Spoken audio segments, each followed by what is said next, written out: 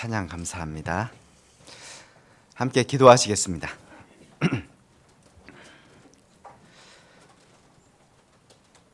영광과 찬양을 받으시기에 합당하신 거룩하신 하나님 아버지, 참으로 감사합니다.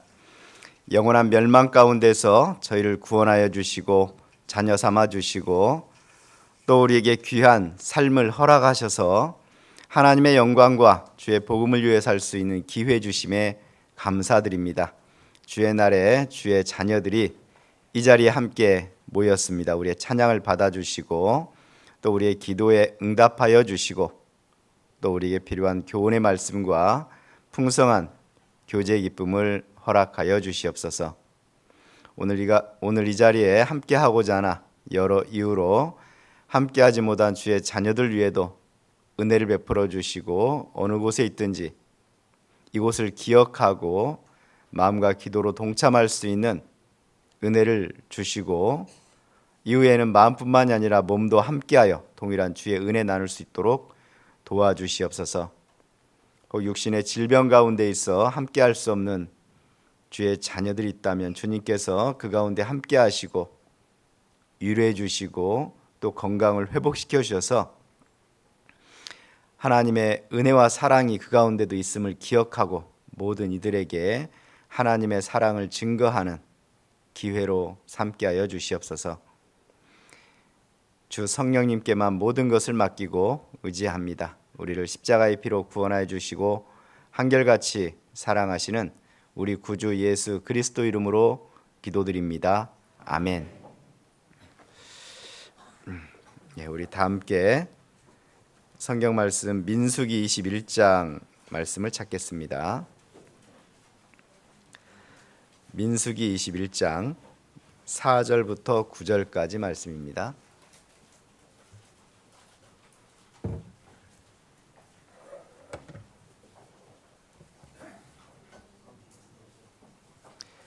구약성경 231페이지입니다. 민수기 21장 4절부터 9절까지 우리 다 함께 한 목소리로 한번 읽어보도록 하겠습니다.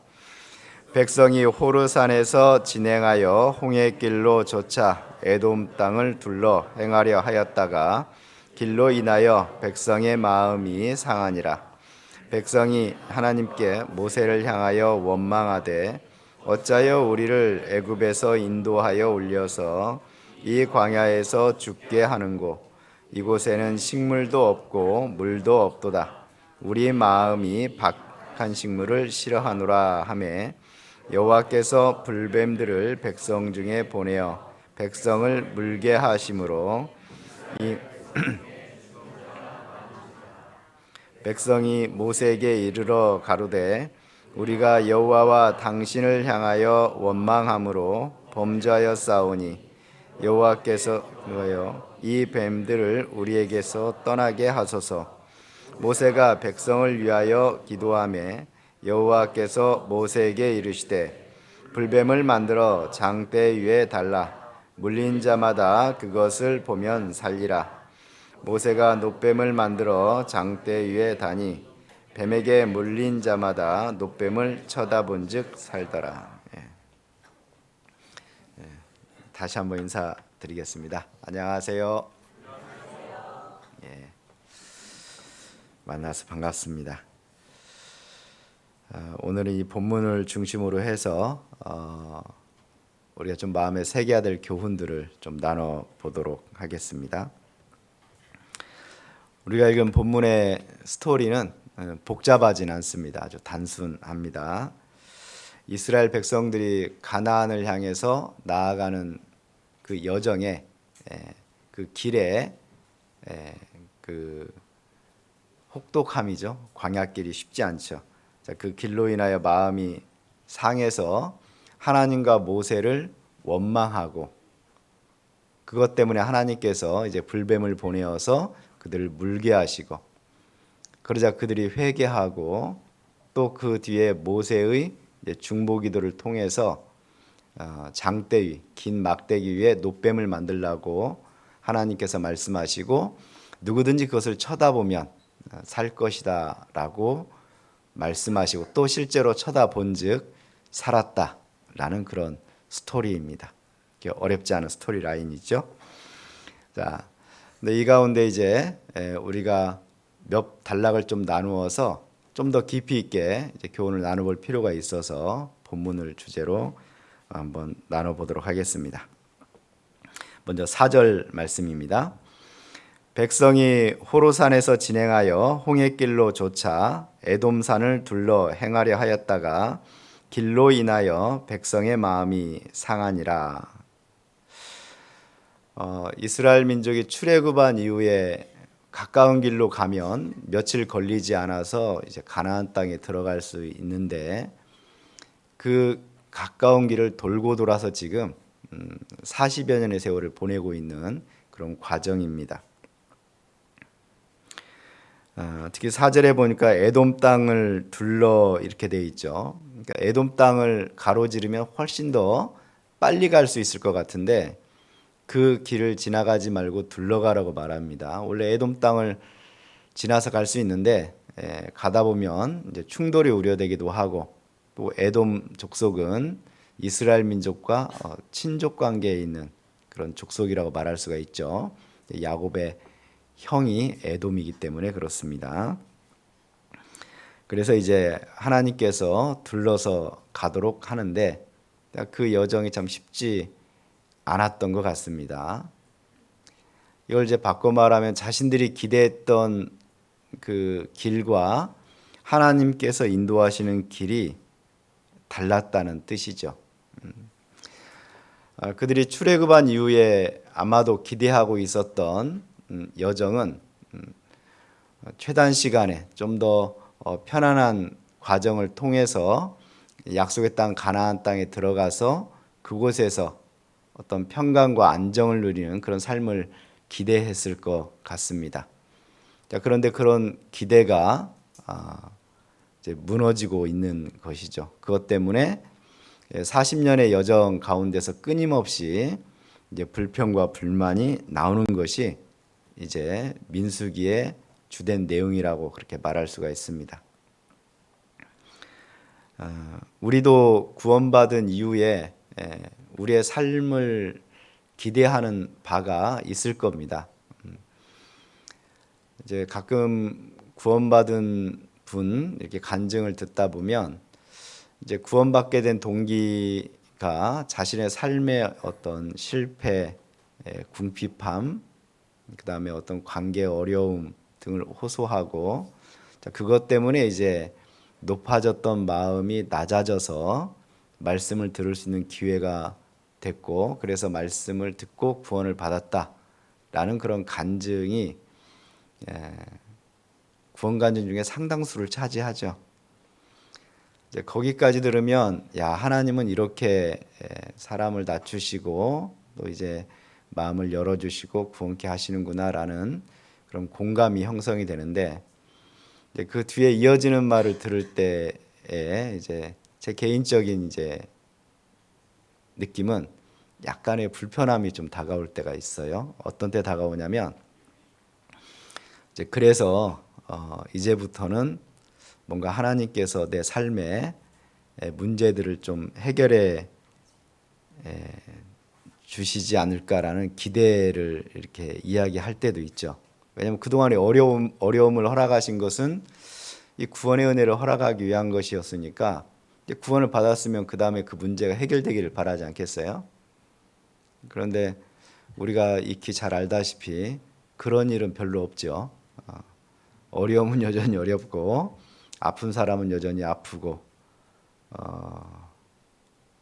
깨어진 관계가 쉽사리 해결되지는 않고 그래서 구원받은 이후에 갈등이 생기죠. 마음속의 갈등이 왜 해결되지 않을까?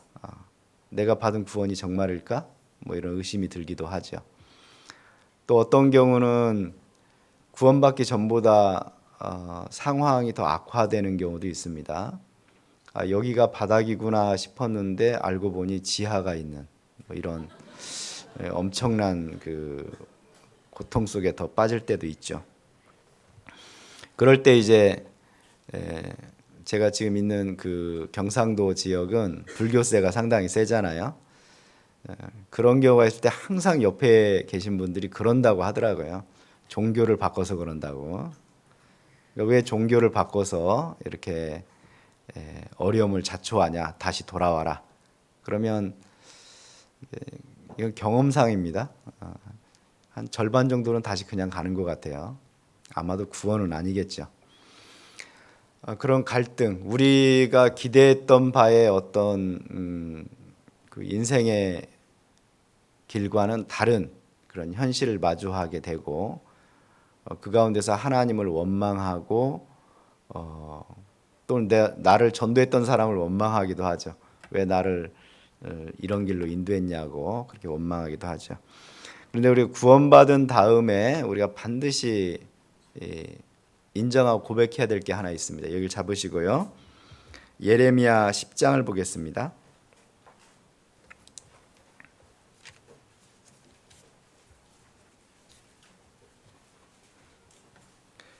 예레미야 10장 23절 구약성경 1068페이지입니다.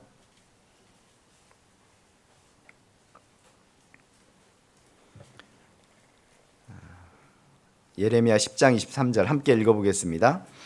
여호와여 내가 알거니와 인생의 길이 자기에게 있지 아니하니 걸음을 지도함이 걷는 자에게 있지 아니하니이다. 우리가 분명히 고백해야 될 아주 중요한 부분인데요. 여호와여 내가 알거니와, 내가 안다는 것은 단순히 그냥 그런 내용이 있다는 걸 안다라는 정도가 아니고 확실한 믿음의 고백을 의미하는 겁니다. 나는 그것을 받아들이고 그것을 신뢰하고 의지하겠습니다 라는 뜻이죠. 인생의 길이 자기에게 있지 아니하니, 이제 구원받기 전에는 내가 마음먹은 대로 선택하고 결정하고 행할 수 있는 내 인생의 주인이 나라고 생각을 했는데, 이제 구원을 받고 나면 알게 되죠.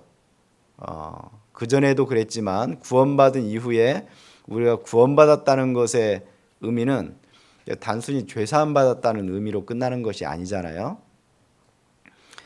사도행전 2장 36절에 있는 말씀처럼 십자가에 못 박힌 예수를 주와 그리스도가 되게 하셨느니라 라는 말씀처럼 단순히 우리의 구원자로서만 머무르는 것이 아니고 그분이 우리의 주인 되시고 우리의 통치자가 되시고 우리의 주관자가 된다는 고백이 구원받았다라는 고백 안에 다 들어가 있는 겁니다.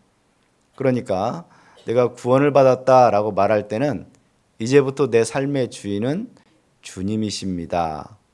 그러니 내 인생길이 내게 있지 않고 주님의 인도함에 있습니다 라는 그 고백이 들어가는 것이죠. 근데 그 고백과 별개로 실제 삶의 여정 가운데서 그것을 인정하는 것이 그렇게 썩 쉬운 것은 아닙니다. 우리 마음속에 죄성이 남아있다는 것은 여전히 내 삶의 주인이 되고 싶은 욕구가 내 속에 있다는 뜻입니다. 내가 원하는 대로, 내가 원하는 시간에, 내가 원하는 방법대로 모든 것이 이루어지기를 바라고 하나님께 그것을 구하죠. 그래서 우리가 구원받은 이후에 하나님께 기도하고 있는 그런 내용들을 한번 면밀히 스스로 한번 조사해 볼 필요도 있습니다. 다 그러진 않겠지만 한번 이 기도의 내용을 잘 한번 이렇게 스스로 조사를 해보시면요, 기도의 끝은 결국 하나님 없는 인생을 추구한다는 걸 알게 될 겁니다. 자칫 잘못하면. 하나님 없는 인생이라는 게 뭐겠어요? 구원받아서 하나님을 믿고 의지해 살아가는데 우리가 구하는 내용을 보면 대부분이 그래도 필요한 만큼 주시기를 바라고 부하게도 말고 가난하게도 말고, 늘 쓰는 표현이죠. 적당한 경제적 안정감, 경제적인 그 안정을 또 넘어서 적당한 건강, 적당한 화목, 뭐 이런 것들 있잖아요. 그러면 그런 것들이 다 갖춰진다는 얘기는 사실은 더 하나님이 필요 없다는 얘기거든요. 그러지 않습니까? 그런 것들이 내게 다 갖춰지면 내가 하나님을 찾겠어요? 어떤 책에 이런 내용이 있어서 좀 공감이 되는데, 어떤 목사님이 아마 서울 지역에 있는 우리 교회 목사님이 아닙니다. 어떤 다른 어떤 분이 쓴 글을 짤막하게 읽었는데, 서울 지역에서 아마 목회하는 분을 예를 들은 것 같아요. 어떤 분이 이제 서울 지역에서 교회를 개척해서 이렇게 교회를 시작을 했는데, 이 교회라는 게 참 쉽지 않거든요. 우리나라에 우리 교회는 한 230개 되죠. 개신교 교회당 숫자가 얼마나 되는지 혹시 아세요? 5만 개 정도 됩니다. 우리 대한민국에 5만 개면 편의점 숫자보다 많아요. 그 정도 5만 개 정도 되는 교회 중에 절반 이상은 50명 이하입니다. 성도 숫자가. 우리 동대문 교회는 대형 교회예요. 그런데 비하면 이제 그런 개척 교회를 시작한 목사님의 기도의 내용이 예화로 실려 있는 걸 읽었는데요. 그 목사님이 이 교회를 하면서 얼마나 참 간절했겠습니까? 특별히 재정적인 안정을 좀 가지고 사역을 했으면 좋겠다는 생각이 늘 들었겠죠. 그래서 날마다 하나님께 이렇게 기도했다 그럽니다. 하나님, 우리 교회에 부자 성도 좀 보내주세요. 우리 교회 성도들은 왜 이렇게 다 가난합니까? 좀 부자 성도가 와서 우리 교회 재정 좀 살펴주세요. 그리고 좀 숫자 좀 늘려주시고, 그리고 하나님 제발 걱정 없게 내 자식 공부 좀 잘하게 해주세요. 자식 때문에 아주 속썩입니다. 그런 기도를 날마다 드렸는데 그 기도가 얼마나 간절했는지 하나님이 꿈에 나타났다는 거예요. 꿈에 나타나서 이렇게 얘기했답니다. 그래, 내가 봐도 너 참 어렵구나. 그래, 너 기도를 들어주마. 조금 있으면 뭐 재벌은 아니지만 준 재벌 정도 되는 성도를 보내주마. 진짜요? 그래, 염려하지 말거라. 그리고 네 아들 때문에 그렇게 고생을 하는데 아들 염려 마라. 내가 서울대 보내주마. 진짜요? 그래. 그리고 또 뭐 구할 건 없느냐? 진짜 다 들어주시는 거예요? 아, 그래, 염려하지 말고 들어줄게. 아유, 저기 북에 저기 그냥 정은이 때문에 힘든데, 저 어떻게 좀 해주시면 안 돼요? 우리나라 늘 불안한데. 그렇구나. 네가 나라 정세까지 걱정하는구나. 그래, 내가 북쪽에 정은이 좀 어떻게 해주마. 그래, 또 뭐 없느냐? 자꾸 없느냐고 부르니까 좀 무한하잖아요. 그래서 더 없는 것 같습니다, 하나님. 그래, 이걸로 충분하냐? 예, 충분한 것 같습니다. 그래, 내가 이거 다 들어줄 테니 이제 내일부터 나 만나지 말자. 하나님이 그러더래요. 충분하냐 그랬더니 충분하다 그러니 하나님이 필요 없다는 뜻 아니에요? 그죠? 재정적인 안정, 자식들의 어떤 성공, 뭐 나라 정세까지 걱정하는 사람이 정작 모든 것의 원인이요, 목적이요, 이유가 되는 하나님은 안 구해요. 이제 그리고 그 목사님이 그 다음 날 깨어나서 그랬다는 거 아니에요. 그래서 이걸 들어달라고 계속 해야 되나 말아야 되나, 그 말미에 그렇게 돼 있어요. 그래서 아직까지 결말을 못 짓고 있다고. 딜레마라는 거죠. 우리가 분명히 하나님께 뭔가를 구하긴 구하는데 그 구하는 것이 하나님을 의지하여 살아갈 수밖에 없는 우리의 현실을 토로하는 것이지만 동시에 그것이 해결되면 더 이상 하나님이 필요 없는 순간이 오거든요. 여러분들은 어떠세요? 하나님이 함께하기를 구하는 동시에 그런 것들이 없으면 되겠어요? 아니면 그런 것들이 있으면서 하나님이 없었으면 좋겠어요? 아니면 둘 다 있으면 좋겠어요? 우리는 둘 다 있었으면 좋겠죠. 그러나 그런 아주 환상적인 결과는 없는 것 같습니다. 현실은.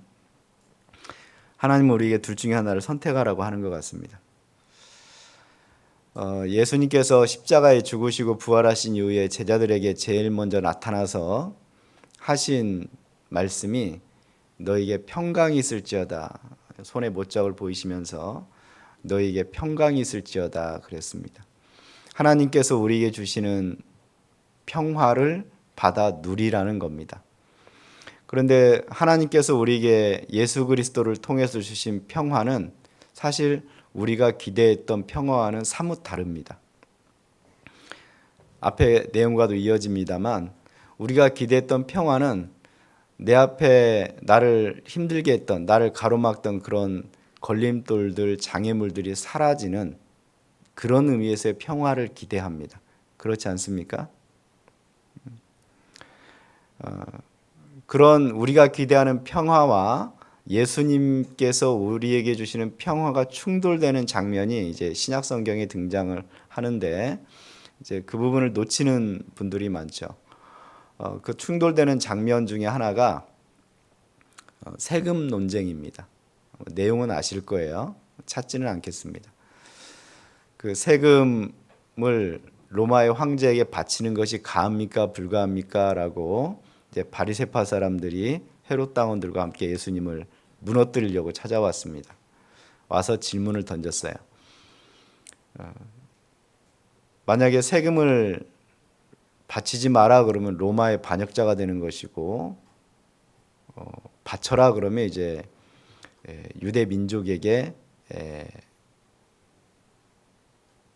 왕따를 당하겠죠. 아마 그런 딜레마에 빠질 수 있는 질문을 던진 겁니다. 그때 예수님께서 쇳돈, 세금 바치는 쇳돈을 가져와 봐라 라고 말씀하시고, 자, 여기에 누구의 형상과 누구의 글이 있느냐? 가이사의 글이 있습니다. 형상입니다. 가이사의 것은 가이사에게, 하나님의 것은 하나님에게 라고 하는 유명한 사건이죠. 근데 그 뒤에 좀 배경을 좀 더 살펴볼 필요가 있는데요.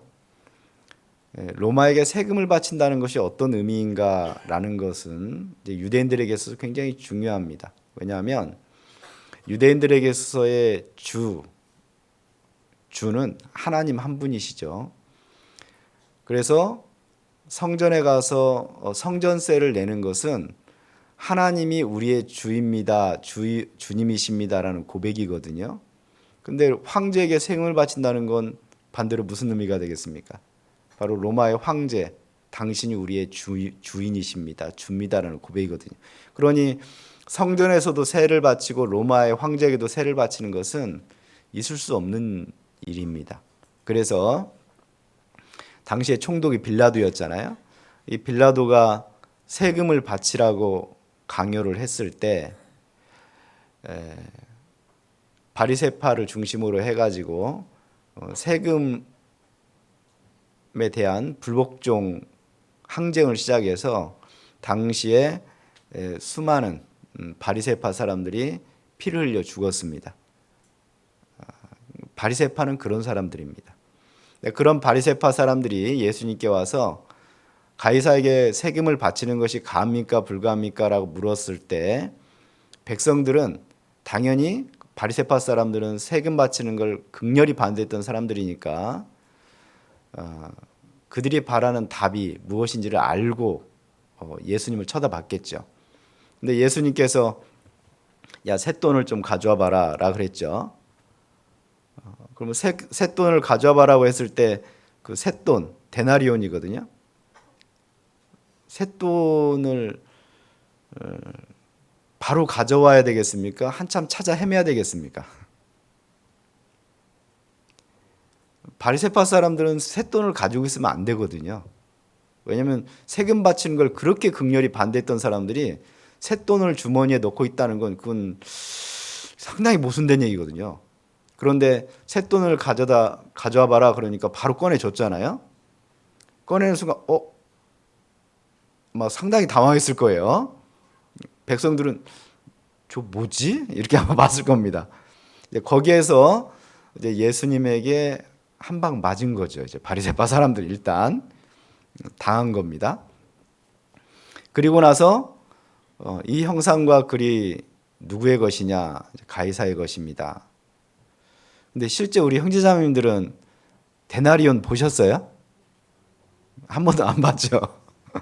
그냥 성경에 보니까 로마 황제의 흉상이 새겨져 있는가 보다 그러는데, 앞면에는 당시 티베리우스 황제의 형상이 새겨져 있고요. 당시 동전을 보면 뒷면에 또 새겨져 있는 형상과 글이 있습니다. 뒷면에는 어떤 글이 새겨지냐면 크게 두 가지가 있는데요.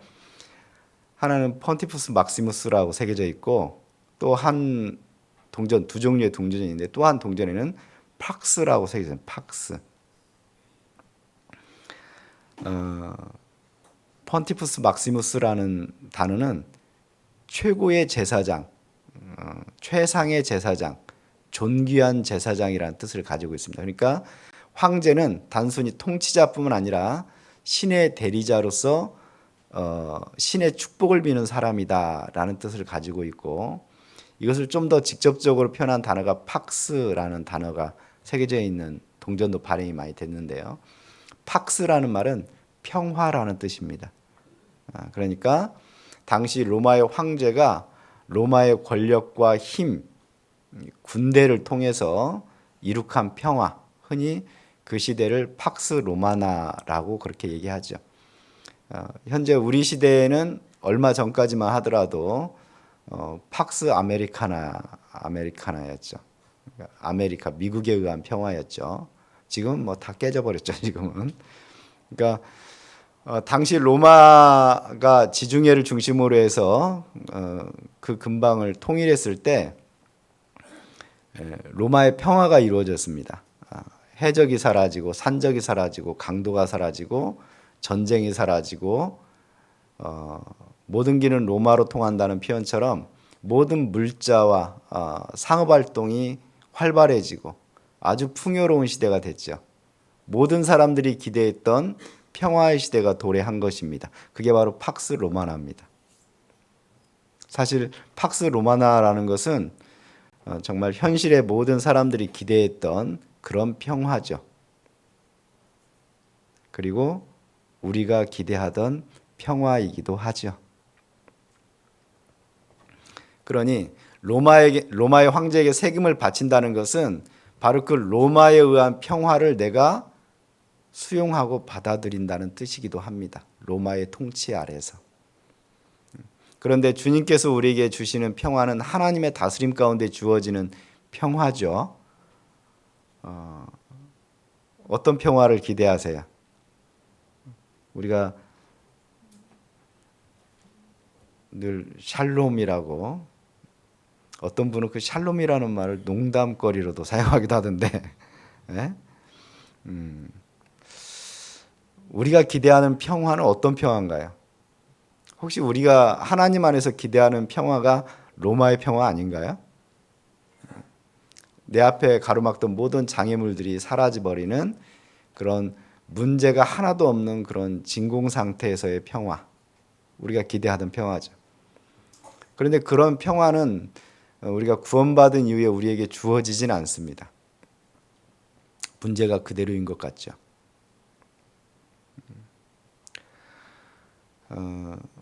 이걸 좀 다른 측면에서 좀 말씀을 드리면, 내 앞에 이렇게 저 앞을 가로막고 있는 답답한 벽이 하나 있다고 생각해 보시죠. 어떻게 하면 이 답답함을 해소할 수 있을까요? 우리는 그 담을 없애버리면 좋겠죠. 답답한 그 담을. 근데 아마도 그 하나님의 놀라운 섭리는 저도 잘 모르지만, 아마도 하나님께서 우리에게 주시고자 하는 평화는 그런 담을 없애버리고 그래서 주어지는 평화가 아니고, 우리를 훌쩍 키우셔가지고 담이 더 이상 내 앞에 장애물이 되지 않는 그런 평화를 주시려고 하는 것 같아요.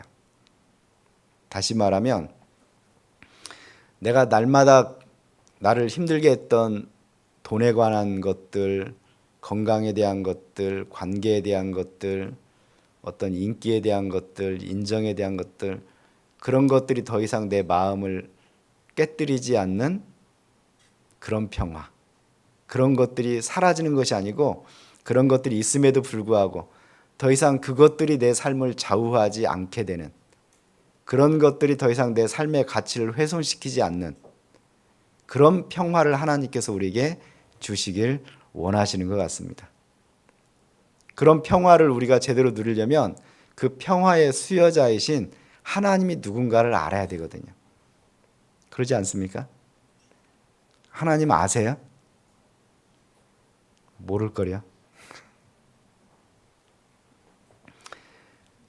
그래서 하나님께서는 우리에게 그런 고난을 제거하지 않습니다. 왜? 그런 것을 통해서만이 하나님을 더 알 수 있다는 걸 알기 때문에 그렇습니다.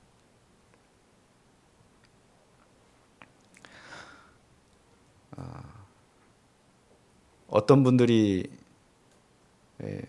하나님께서 우리에게 고난, 고통, 눈물 허락하시는 것이 하나님의 뜻이라고 생각하는데 하나님의 뜻은 그런 게 아닙니다.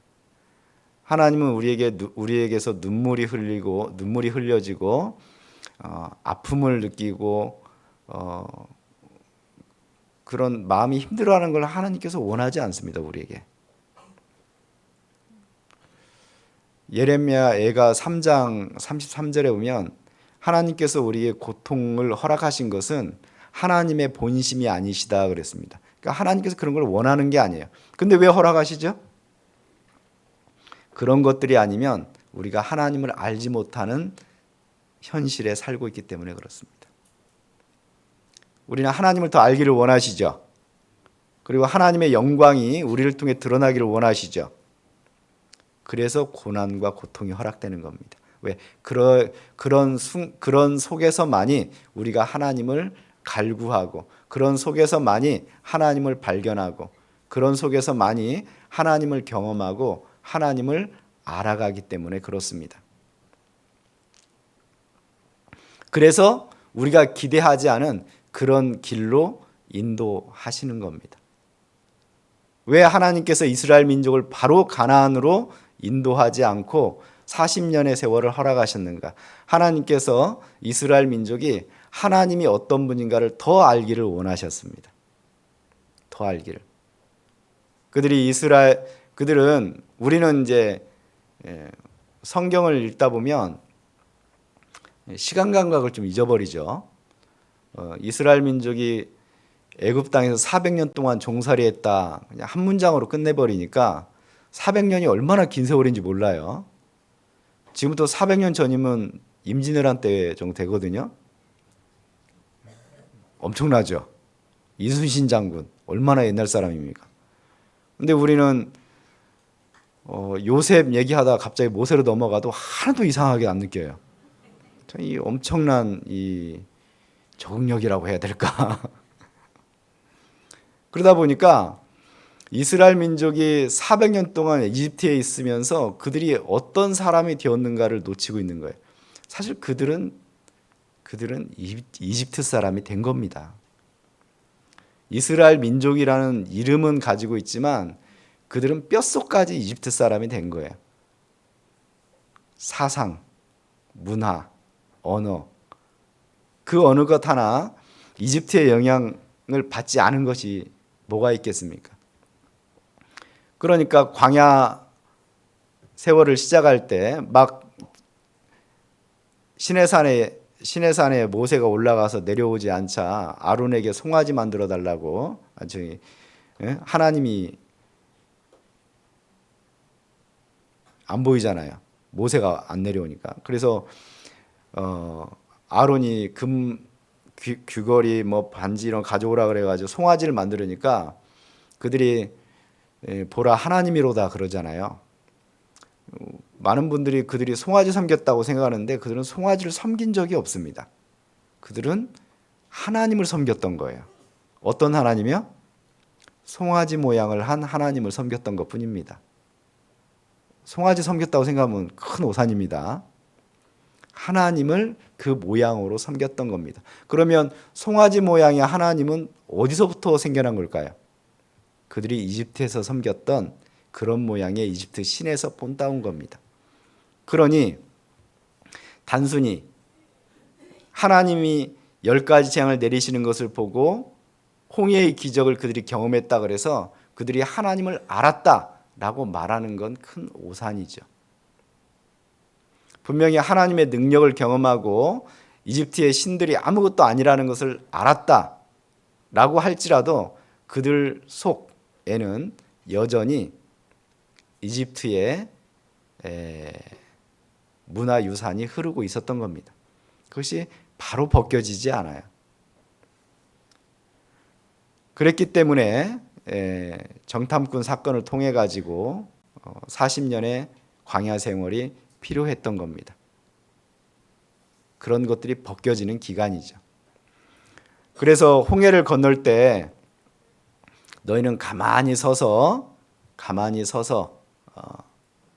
하나님의 구원하심을 보라 라고 했던 그 하나님께서 40년 지난 다음에 요단강을 건널 때는 발을 내디드라 라고 말을 했죠. 이제는 너희가 결정하고 선택하라는 겁니다. 왜냐하면 너희가 이미 하나님이 어떤 분인가를 알지 않았느냐라는 뜻이죠. 자, 그러니 이스라엘 민족이 광야 생활 가운데서 길로 인하여 하나님을 원망하고 모세를 원망했다는 것은 참 이상한 건 아닙니다. 동시에 우리가 오늘 이 본문을 통해서 교훈을 받는 것은 우리도 그러하다라는 것을 지금 전제하고 말하는 겁니다. 우리도 똑같습니다. 우리도 우리에게 주어진 인생 길 때문에 하나님을 원망하고 또 하나님께서 세운 일꾼들을 원망할 때가 얼마나 많습니까? 자, 고린도전서 10장을 보겠습니다.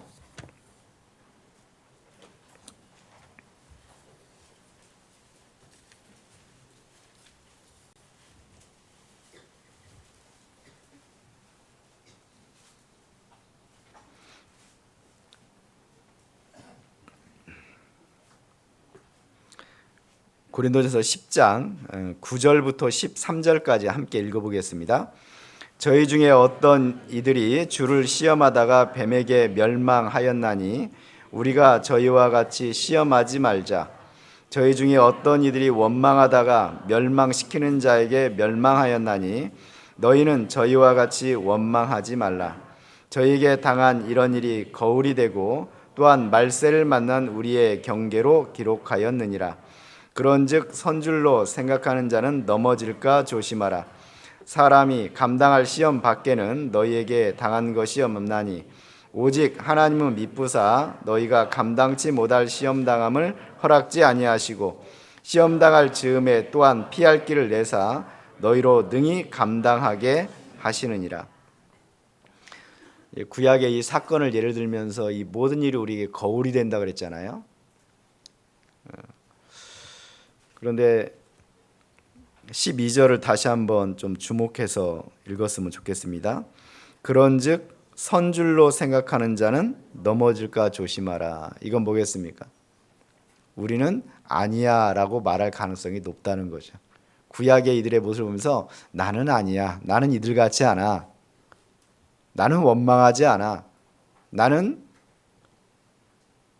나를 구원해 주신 하나님을 절대적으로 신뢰하고 의지할 거야 라고 그렇게 고백할지 모르지만 우리의 고백과 상반되게 우리의 마음속에 일어나는 불만은 어떻게 할 수가 없죠. 하나님 왜 이러세요? 이러면 곤란합니다. 저 교회 안 나갈 거예요? 뭐 그런 사람도 있고, 하나님 자꾸 이런 식이면 나 직장 다녀요? 자매님들, 나는 이 정도는 이제 괜찮다라고 생각할 때 그 순간 넘어지는 겁니다. 늘 경계해야 됩니다. 왜 그러냐면 나는 이 정도는 괜찮아라고 생각할 때 내가 괜찮은 이유의 원인이 나에게 있는 게 아니라서 그래요. 바로 이 뒤에 이어지는 말씀이 그러죠. 감당할 시험밖에는 허락지 않는다 그랬잖아요. 그러면 내가 감당해냈다면 그건 내가 능력이 있어서입니까? 하나님께서 그만큼만 허락했기 때문입니까? 근데 우린 대단히 착각을 많이 하거든요. 내가 잘한 줄 알아요. 그래서 간증하라 그러면 꼭 성공담을 많이 얘기하잖아요. 내가 성공한 겁니까? 하나님이 그만큼만 줘서 그런 겁니까? 늘 조심해야 됩니다. 그래서 넘어질까 조심해야 됩니다. 참고로 간증이라는 말은 성공담을 말하는 것이 아니죠. 원래는. 혹시 간증의 사전적 의미가 뭔지 아세요? 간증은 죄를 자백한다는 사전적인 뜻을 가지고 있습니다. 그러니까 우리가 모여서 간증한다는 게 그럼 뭐겠어요? 사전적인 의미로는 내 잘못했다고 고백하는 거예요. 원래 하나님 말씀대로 이렇게 살아야 되는데 일주일 동안 살다 보니 내가 이렇게 못되게 살았다 라고 고백하는 것이 그게 간증입니다. 그리고 모든 사람은 다 간증할 수밖에 없어요. 그런데 이제 세상에서 내 잘못을 고백하는 것과 교회 안에서 내 잘못을 고백하는 건 좀 다르죠. 세상에서 나 이렇게 못났다 고백하면 도태되기 마련이죠. 근데 교회 안에서 나 이렇게 못 살았습니다. 그러면 우리는 그걸로 끝나는 게 아니죠. 내가 이렇게 못나고 못 살았는데도 내가 여기 있는 이유가 뭡니까? 그럼에도 나를 놓지 않고 붙잡는 하나님의 은혜 때문이 아닙니까? 그래서 하나님의 은혜를 더 깊이 나누고 새기는 그런 자리로 이어지고 더 나아가서 이제 앞으로 더 하나님 말씀대로 살겠다라는 결단과 의지를 다지는 시간으로 나아가고 더 나아가서 하나님께 영광을 돌리는 그런 자리로 나아가는 것이 우리의 교제 모임이죠. 다시 민수기 21장 한번 보겠습니다.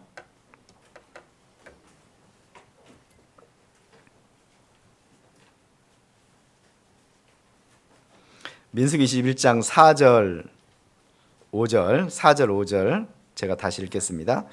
백성이 호르산에서 진행하여 홍해길로 쫓아 에돔 땅을 둘러 행하려 하였다가 길로 인하여 백성의 마음이 상하니라. 하나님께서 이 길로 인도하신 것은 다 이유와 목적이 있죠. 하나님을 더 알게 하기 위해서, 하나님을 더 경험하게 하기 위해서, 하나님을 더 신뢰하기 위해서 그런 겁니다. 하나님께서 그 길로 인도하신 겁니다. 그리고 그 길은 감당할 만한 길입니다. 그리고 그런 조건, 어떤 상황, 환경 속에서 그 길을 걷는 사람에게는 그 길이 보이지 않는다 할지라도 하나님은 이미 길을 예비하고 계시기 때문에 그 길을 허락하시고 있다는 것도 우리가 알아야 됩니다. 그 부분을 한 번만 더 확인해 볼까요? 시편 77편을 보겠습니다.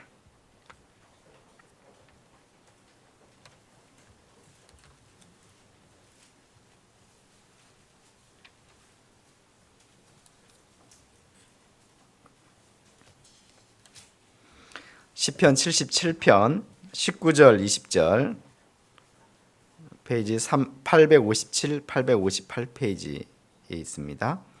19절 20절 함께 읽어보겠습니다. 주의 길이 바다에 있었고 주의 첩경이 큰 물에 있었으나 주의 종적을 알 수 없었나이다. 주의 백성을 무리양같이 모세와 아론의 손으로 인도하셨나이다. 홍해 사건을 지금 말하고 있는 것이죠. 그들이 홍해 앞에 도달했을 때 거기에는 길이 없어 보였습니다. 그러나 우리가 이제 성경 강연회 때 이미 그 바닷속에 길이 있다는 것을 우리는 지금은 알죠. 다른 지역과 특이하게 거기에 브릿지가 놓여 있는 것처럼 보이잖아요. 그러니까 우리 눈에는 길이 없는데 하나님은 이미 길을 예비하고 계셨기 때문에 그 길로 인도하셨다는 뜻입니다. 근데 우리는 안 보이는 거죠. 안 보이고 알 수 없는 겁니다. 우리 인생길도 마찬가지입니다. 그리고 하나님은 사실 우리가 우리의 삶을 위해서 아주 치열하게 사는 것보다 우리를 위해서 우리 뒤에서 더 열심히 일하시는 분이 또 하나님이시기도 합니다. 홍해 기적 얘기가 나왔으니까 홍해 기적에 대해서 다시 한번 조금만 더 생각해 볼까요?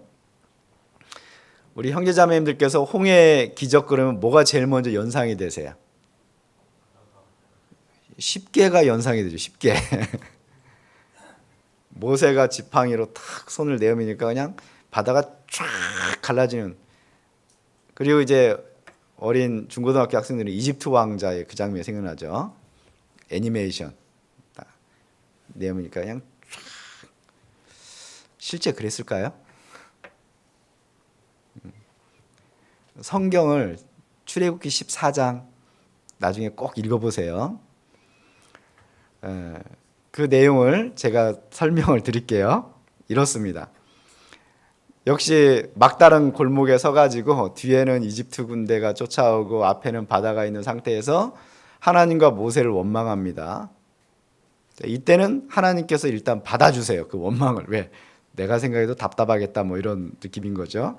그래서 모세를 통해서 이렇게 말씀하죠. 너희는 가만히 서서 하나님의 구원하심을 보라. 그러면서 손을 딱 내옵니다. 근데 많은 분들이 영화를 많이 봐서 그런지 이 시간적 배경과 시간의 흐름을 여전히 놓치고 있어요. 일단 뒤에 이집트의 군대가 탁 쫓아오니까 하나님께서 이스라엘 백성과 이집트 군대 사이를 구름 기둥으로 싹 막아버립니다. 그러니까 그 영화에 보는 것처럼 불기둥이 막은 게 아니고 구름 기둥이 막은 거예요. 그래서 이집트 진영은 캄캄한 흑암이 자리 잡고 이스라엘 진중은 환한 불빛이 자리 잡고 있는 겁니다. 자, 그림이 그려지시죠? 그럼 밤을 한번 생각해 보세요. 밤. 우리가 있는 이곳은 전등이 켜서 환해요. 바깥에는 캄캄해요. 그럼 우리는 바깥이 보일까요? 안 보일까요? 저 바깥에서는 안에가 보일까요? 안 보일까요? 그걸 생각하시면 됩니다. 다시 말하면 이스라엘 민족은 이집트 군대를 못 봐요. 왜? 캄캄하니까. 대신 무슨 소리만 들리냐면 그들의 말발굽 소리, 고함 소리만 들리는 거예요. 근데 아시죠? 그게 더 무섭다는 거. 그게 훨씬 무섭습니다. 공포에 질려 있는 거예요. 그러면 이집트 진중은 캄캄하고 이스라엘 진중은 환한데 그러면 그 외의 지역도 캄캄하지 않았을까요? 그리고 하나님께서 지팡이를 모세를 통해서 내어밀라고 할 때 모세가 지팡이를 내어미니까 바람이 어디서부터 불어오냐? 어디서부터 불어옵니까? 동쪽에서 불어옵니다. 지도를 보시면 아시겠지만 동쪽이면 사우디 쪽이고 이스라엘 민족은 서쪽에 있어요. 그러면 동쪽에서 바람이 불어왔으면 바다가 어디서부터 갈라졌을 것 같습니까? 그림이 잘 안 그려지죠. 왜냐하면 영화나 애니메이션은 이스라엘 민족이 보는 눈앞에서 갈라지는데 실제 성경을 그대로 다시 표현하면 바다는 반대쪽에서부터 갈라오기 시작하거든요. 동쪽에서부터. 그리고 성경에서 동풍은 뜨거운 바람입니다. 우리 요나서에 나오죠. 동풍을 불어서 덩굴을 말려버리는. 그러니까 동풍, 아주 뜨거운 동풍, 드라이기로 그냥 딱 머리 말리듯이 동쪽에서부터 바다도 딱 갈라지게 만들지만 뭘 말리셨겠어요? 바다 밑바닥도 말려버려야 되지 않겠어요? 거기 질퍽질퍽하면 어떻게 건넙니까? 하나님은 이렇게 섬세하신 분이에요. 그래서 이스라엘 민족은 바다가 갈라진 것을 언제 사실 확인했을까요? 아침이 돼 보니까. 거기 보면은 밤새도록 동풍이 불었다고 돼 있어요. 그러니까 바다가 눈앞에서 한순간에 쩍 갈라진 건 아니에요. 저 반대쪽에서부터 밤새도록 서서히 갈라지면서 바닥도 말리면서 이스라엘 민족은 공포에 떨고 있는데 아침에 딱 보니까 바다가 갈라져 있는 현상. 자, 이 그림이 다시 그려지시죠? 그러면 이스라엘 민족은 밤새 아무것도 안 하고 무서워 떨기만 했지만 밤새 누가 일한 거예요? 그런 하나님이시라니까요. 그런 하나님이세요. 하나님은 때로는 우리를 내버려 두는 것처럼 보이고 우리를 위해서 일하지 않는 것처럼 보이지만 그렇지 않습니다. 하나님은 우리를 위해서 늘 일하고 계셔요. 그래서 이사야 9장 6절 7절에도 보면 한 아기가 우리에게 낳고 한 아들을 우리에게 주신 바 되었는데, 우리가 유명한 예수님에 관한 예언의 말씀이죠. 9장 7절의 제일 마지막 부분에 뭐라고 표현되어 있나 다시 한번 읽어보세요. 만군의 여호와의 열심히 이를 이루리라, 이렇게 되어 있습니다. 하나님께서 열심히 해서 반드시 이루시겠다는 뜻입니다. 여러분, 그 하나님의 열심의 결과로 우리가 구원을 받고 지금 여기 있고, 그 이후에도 하나님은 우리를 향한 열심을 놓지 않는 분입니다. 근데 우리는 그걸 잘 몰라요. 그래서 내 앞에 놓여져 있는 현실, 상황, 어려움을 보고 늘 그냥 하나님 왜 이러세요? 막 이런 말만 나와요. 근데 하나님 왜 이러세요가 아니고 하나님 길을 예비해 놨는데 안 보여요. 하나님이 우리에게 감당할 만큼만 허락하세요. 한 걸음 한 걸음. 그 가운데서 더 우리는 하나님을 붙잡는 훈련을 하는 겁니다. 하나님을 더 의지하는 훈련을 하는 것이고 순종하는 훈련을 하는 거예요. 하나님은 이스라엘 민족에게 그러한 일들을 끊임없이 지금 허락하고 있는 겁니다. 그러면서 하나님은 신실하신 하나님이라는 걸 알게 합니다. 말씀하신 바를 반드시 이루시는 바로 그 하나님이시다라는 것을 알게 하시는 겁니다. 그런데 그 하나님을 모르고 놓치면 사실은 하나님이 우리에게 부족함이 없게 해주셨는데도 그 부족함이 없는 것조차도 원망스러워요. 다시 민수기 21장을 보겠습니다. 5절입니다. 5절. 5절은 민수기 21장 5절 함께 한번 읽어보겠습니다.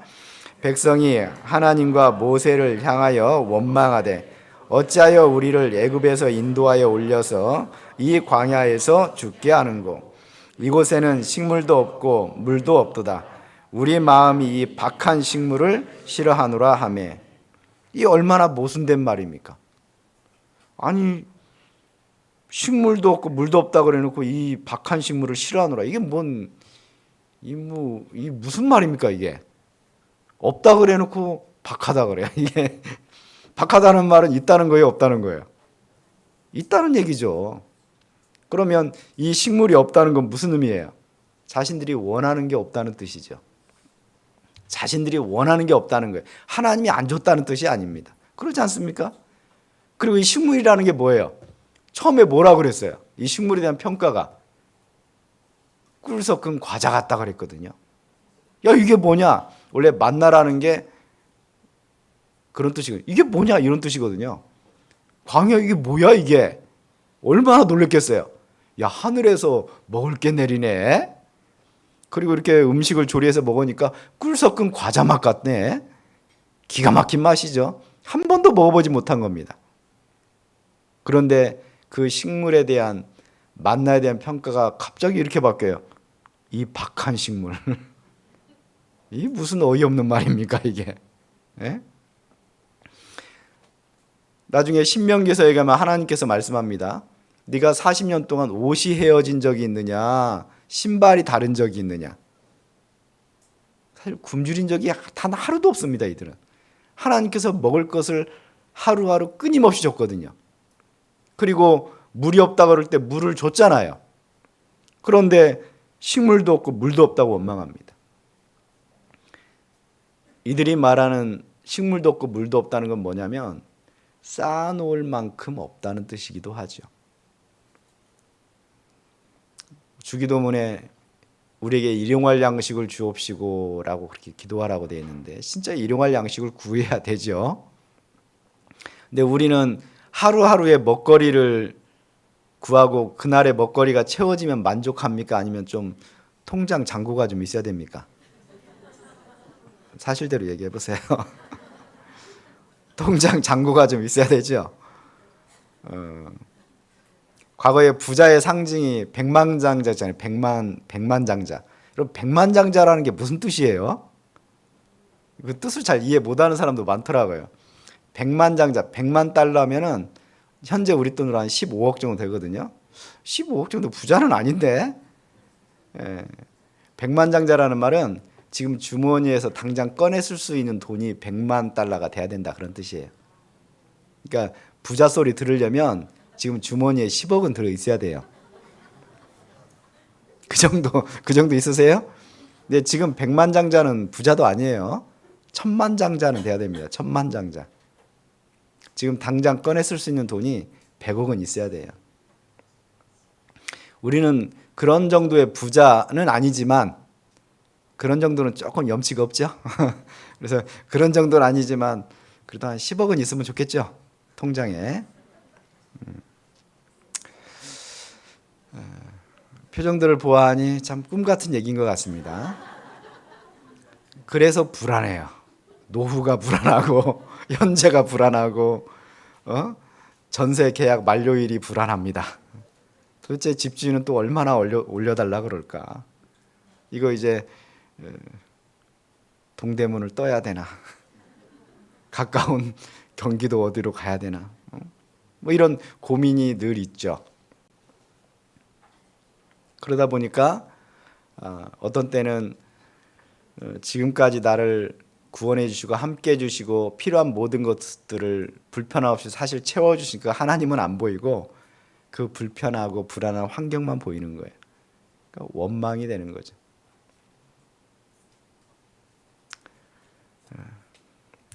환경을 바라보니까 자기에게 주어진 이 환경이 늘 불안하고 불평스러운 겁니다. 그래서 왜 우리에게 이런 것들을 허락하셨나라고 하나님과 모세를 원망하게 되는 거예요. 여러분, 하나님을 놓쳐버리면 원망과 불평이 나올 수밖에 없습니다. 우리가 이걸 뭘로 표현을 할까 생각하면, 해가 이렇게 떠 있을 때 우리가 밖에 나가면 사람이라면 그림자가 늘 있잖아요. 그림자 없는 사람은 없죠. 그런데 우리가 태양 쪽으로 이렇게 서 있을 때는 그림자가 안 보이죠. 태양 쪽에 서 있으면서 그림자가 보인다는 것은 좀 이상합니다. 뒤통수에 눈이 달리는 것이 아닌 이상. 근데 그림자는 언제 보이냐면 태양으로부터 시선을 돌려서 내 그 반대쪽을 바라볼 때거든요. 하나님만을 바라볼 때는 내 삶에 비록 풍요로움이 없다 할지라도 불평과 불만이 안 나옵니다. 부족함이 없어 보여요. 왜? 하나님으로 충분하니까요. 내 시선이 하나님으로부터 내 주변의 환경, 상황, 조건들을 바라보게 되면 그 다음부터 두려움이 생기기 시작합니다. 내일 어떻게 살지? 오늘은 괜찮았는데 내일은 어떻게 살지? 나이가 들면 어떻게 하지?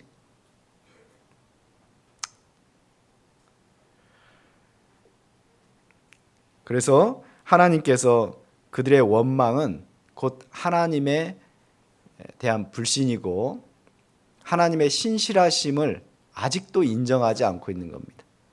자, 민수기 23장, 바로 뒷장 몇 장 넘기면 나오는데요. 민수기 23장 19절 말씀.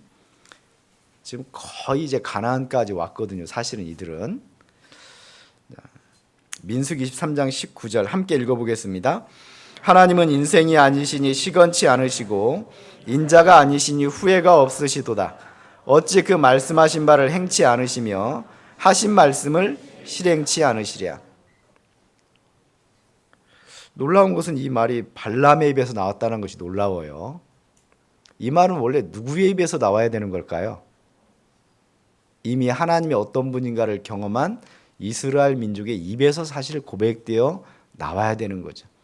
근데 놀랍게도 이스라엘을 올무에 빠뜨리고 돈을 추구하다가 결국 죽음을 맞이하게 되는 발람의 입에서 이 노래가 나온다는 것이 참 아이러니합니다.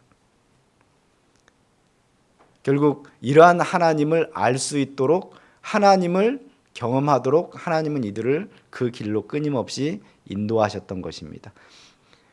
지금도 마찬가지입니다. 이 고백이 우리 입술을 통해서 고백되어 나타나도록 하나님은 우리를 각자의 길로 인도하시는 겁니다. 히브리서 11장을 흔히 믿음의 장이라고 얘기합니다. 한번 찾아볼까요? 히브리서 11장.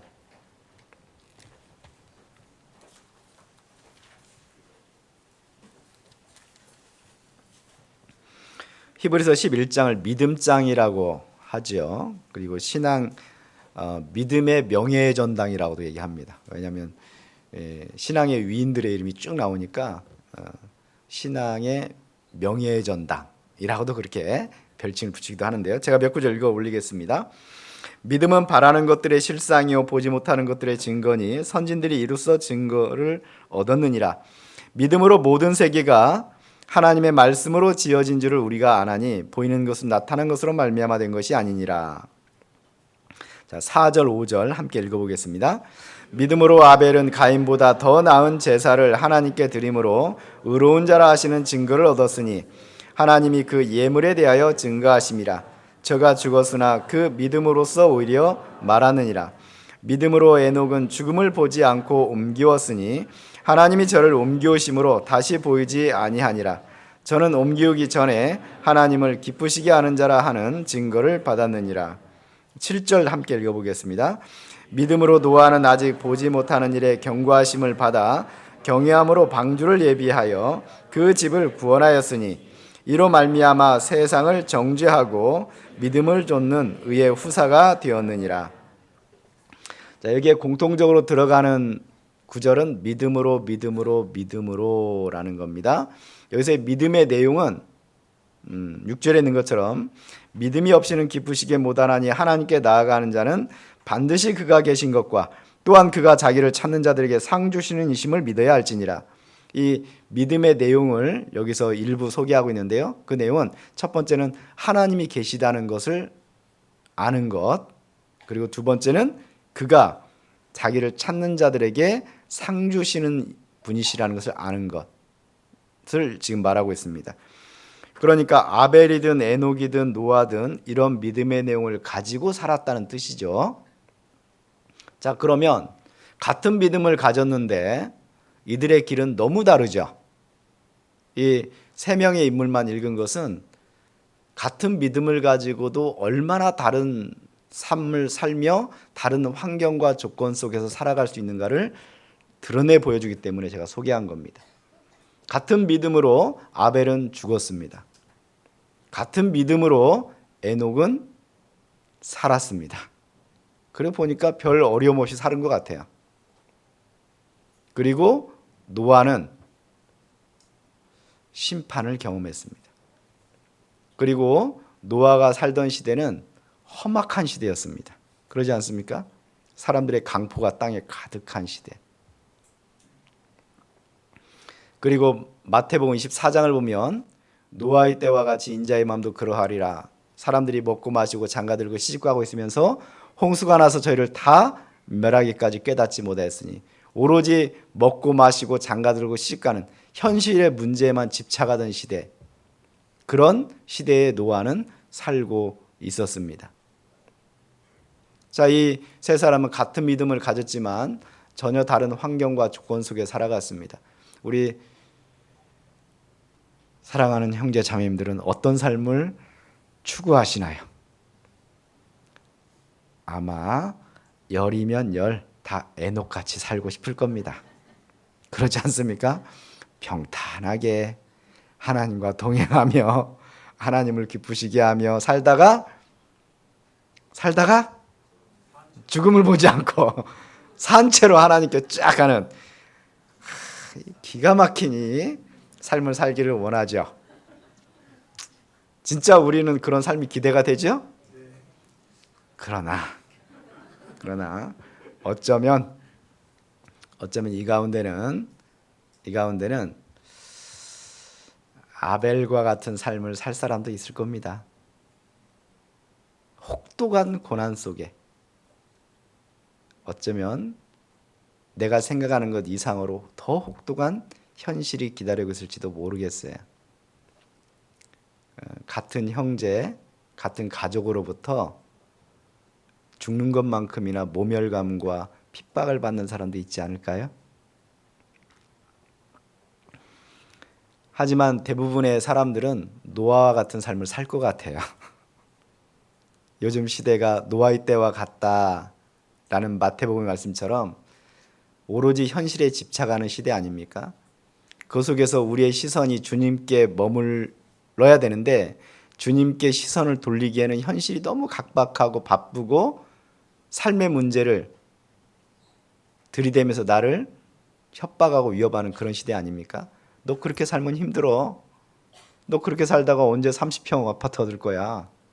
너 그렇게 살다가 나중에 나이 먹어서 얻게 될 거야? 응? 국민연금은 들었어? 얼마씩 들고 있어? 그런 현실의 문제가 내 눈앞에 딱 닥치면 그냥 답답합니다. 그냥. 노아의 때와 같이 그 현실을 통과해야 되는 우리의 삶이 더 많을지도 모르겠어요. 중요한 것은 같은 시대에 살지만 같은 믿음을 가지고 있지만 다른 삶이 우리를 기다리고 있는 것도 사실이라는 겁니다. 그러니 내 옆에 있는 형제 자매와도 비교하지 맙시다. 내 옆에 있는 형제 자매가 꼭 에녹처럼 사는 것처럼 보여도 너무 부러워하지 마시고, 내 삶이 아벨처럼 너무 힘들어도 내게 왜 이 길을 허락했냐고 하나님을 너무 그렇게 원망하지 마시고. 왜? 더 큰 영광이 있으니까요. 그리고 우리 모든 인생, 이 세상의 삶도, 이 세상도 끝이 있지만 우리 인생도 끝이 있지 않습니까? 그리고 그것이 끝으로만 끝나는 것이 아니고 우리에게 영원히 허락된 영광의 길이 있지 않습니까? 그러니 신실하신 하나님, 나를 구원하신 이후로 한 번도 나를 외면한 적도 없고 버리신 적도 없고 나를 놓은 적도 없는 그 하나님의 신실하심을 좀 붙잡고 다시 일어서야 되겠습니다. 혹 선줄로 생각하는 자는 넘어질까 조심하라 그랬잖아요. 그럼에도 불구하고 우리 가운데 원망이 생길 수밖에 없는 게 현실입니다. 그럴 때 이런 시간이 왜 필요합니까? 이런 말씀이 왜 필요하고 수요 말씀이 왜 필요합니까? 거울처럼 비춰보고 빨리 돌이키라고요. 회개하라 그러는 겁니다. 이들도 불뱀을 보내니까 바로 회개했잖아요. 그 불뱀 앞에 우리 번역에 빠진 게 있는데요. 정관사 더가 빠졌습니다. 그 불뱀이에요. 그 불뱀. 그게 뭐겠어요? 하나님께서 특별히 준비한 거라는 거예요. 특별히 준비한 거. 바로 그 불뱀을 보내서 물겠다는 뜻입니다. 하나님께서 우리가 하나님을 더 알고 하나님 붙들고 하나님 의지하며 살기를 원하셔서 바로 그 일을 허락하시는 거예요. 빨리 돌이키라고. 그럼 빨리 돌이켜야 됩니다. 그때 모세가 그들의 찾아와서 말하는 얘기를 듣고 하나님께 중보의 기도를 하지요. 결국 하나님은 모세를 통해서 놋뱀을 만들라고 하시고 그들의 시선이 다시 하나님께로 향하게 만듭니다. 그 놋뱀은 요한복음 3장 14절, 15절, 16절에 이어져 있는 것처럼 바로 예수 그리스도를 상징하는 것이죠. 모세가 광야에서 놋뱀을 든 것 같이 인자도 들려야 하리니 하나님이 세상을 이처럼 사랑하사 이처럼 모세가 광야에서 뱀을 든 것처럼 인자도 십자가에 달리오는 바로 그 사랑을 통해서 우리를 구원해 주셨잖아요. 그래서 우리의 시선이 나를 구원해 주신 하나님, 나를 위해서 기꺼이 자기 아들을 아끼지 아니하시고 내어주신 바로 그 하나님의 사랑으로 시선을 딱 돌려야 되겠습니다. 자, 그런데 마지막으로 좀 교훈을 다시 나눠봐야 될 것은 그 중간에는 모세가 중보기도를 했잖아요. 그들의 시선이 다시 하나님께로 돌아갈 수 있도록 역할을 했잖아요. 우리는 모세는 아니지만 구원받은 모든 사람은 왕같은 제사장이라고 분명히 얘기했습니다. 하나님과 사람 사이의 중재자로서의 역할을 해야 된다는 얘기입니다. 구원받지 못한 사람들에게는 하나님을 볼 수 있도록, 하나님을 알 수 있도록 그들에게 기회를 허락해야 되는, 전도해야 되는 책무가 우리에게 있는 것이고, 혹 우리 옆에 있는 형제 자매님들의 시선이 주어지는 환경 때문에 힘들어하고 실족하고 넘어지려고 한다면 앞서 경험한 우리가, 더 신앙이 성장한 우리가 그들을 위해서 기도하고 그들을 붙잡아주고 다시 신앙이 바로 세워질 수 있도록 그런 역할을 우리가 해야 되지 않겠습니까? 우리는 그런 모세와 같은 사람입니까? 아니면 아간이나 미리암이나 아니면 어떤 인물들처럼 오히려 이스라엘 백성을 실족해 하는 사람입니까? 우리는 내 옆에 있는 형제 자매들 또는 밖에 아직 주님을 알지 못하는 이들을 주님께로 인도하는, 그들을 살리고 세우는 역할을 하는 사람이 돼야지 누군가의 신앙을 무너뜨리거나 그 자리에 머무르게 하는 그런 역할을 하는 사람이 되면 안 될 것 같습니다. 그래서 오늘 이 본문을 교훈으로 삼아서 그런 내 삶도 한번 돌아보고 내 인생길도 한번 돌아보고 내 신앙을 전체적으로 점검할 뿐만 아니고 지금 학예수양회가 눈앞에 있지 않습니까? 그 학예수양회 때 나는 내 옆에 있는 형제자매를 누군가를 세우는 역할을 좀 하고 또 구원받지 못한 사람들에게 전도해서 그 하나님으로 소망을 삼게 만드는 그런 인생으로 좀 이끄는 그런 하나님의 자녀로서의 역할을 더 해야 되겠다라는 것을 다짐하는 그런 시간이 되었으면 좋겠습니다. 기도하겠습니다. 사랑과 은혜가 풍성하신 거룩하신 하나님 아버지 참으로 감사합니다. 영원한 멸망 가운데서 저희를 구원하여 주시고 자녀 삼아 주셨습니다. 이제 자녀된 우리의 삶 가운데도 늘 함께 하셔서 우리를 통해서 일하시고 역사하여 주시는 은혜에 감사드립니다. 다가오는 학예수양에 하나님께서 우리에게 맡기신 복음 전파의 일, 살리는 일, 그 일에 온전히 투신하고 헌신할 수 있도록 도와주시고 또 이를 위해서 우리에게 필요한 물질도 건강도 주님께서 필요한 대로 채워주시기를 간절히 원합니다. 오직 주 성령님께 우리의 모든 삶을 맡기고 의지하며 우리를 십자가의 피로 구원하여 주시고 한결같이 사랑하시는 우리 구주 예수 그리스도 이름으로 기도드립니다. 아멘.